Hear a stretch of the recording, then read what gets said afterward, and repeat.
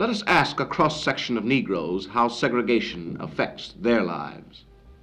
Segregation to the average Negro means being held back. He's looking for progress. He wants to move forward in the American mainstream. Segregation holds him back. I think it's something that's ridiculous. You take the white people in the South that, or not only in the South, anywhere, that refuses to allow a Negro man or a Negro woman to sit in a restaurant or to ride next to them in a bus or a train or anything, and then on the other hand turns around and wants a colored woman to come into their home and cook their food and serve them their dinner after having our hands all in their food. I think somebody's got to be crazy there.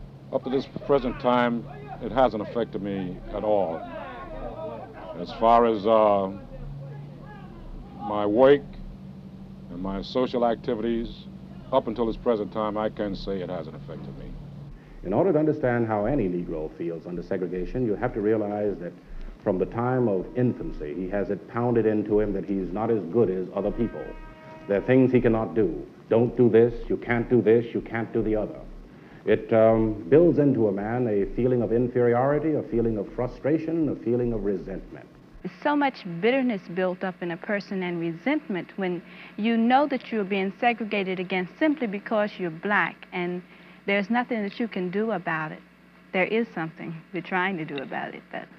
These students are typical of many throughout the country, both Negro and white, who have been effective in breaking the barriers of segregation. Sense the confidence and dedication of these young people as they discuss their plans. Talking about was the possibility of spending your Christmas in jail. I think the most beautiful thing that we could do would be to stage a mass sit-in or some type of demonstration. And if they did not serve us, to remain until they served us. If arrested, to go in jail and refuse bail.